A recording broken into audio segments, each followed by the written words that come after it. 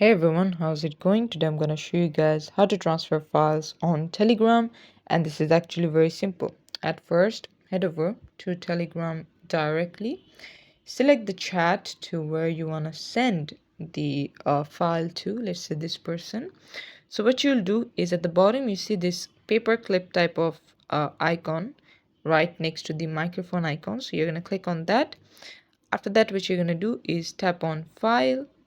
From there, what you're gonna do is, as you can see, all of these things is the file in your internal storage, Telegram or gallery. Let's say internal storage, so click on that. From there you need to click on this icon, and let's say it's in the shape of a document, so we're going to click on document. So is it your downloaded documents? If so, then select it from here.